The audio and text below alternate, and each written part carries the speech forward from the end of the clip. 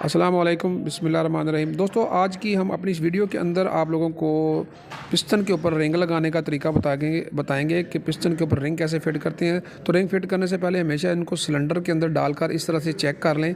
इनके सिरे, इनके मुंह जो होते हैं, इनको देखना होता है। इनके दरमियान जो क्लीयरेंस होती है वो *03 से लेकर *01 मिलीमीटर तक होती है। तो इनके सिरे जो है वो थोड़ा सा गैप होना चाहिए इनके अंदर। तो उसके बाद जब आप रिंग चेक कर लें तो फिर इसको फिटिंग का अमल में लाएंगे कि इसको फिट कैसे करना है। सबसे पहले इसकी एक्सपेंडेड जाली लगाएंगे जिसको ऑयल जाली बोलते हैं। फिर इनके ऊपर ऑयल रिंग लगाएंगे।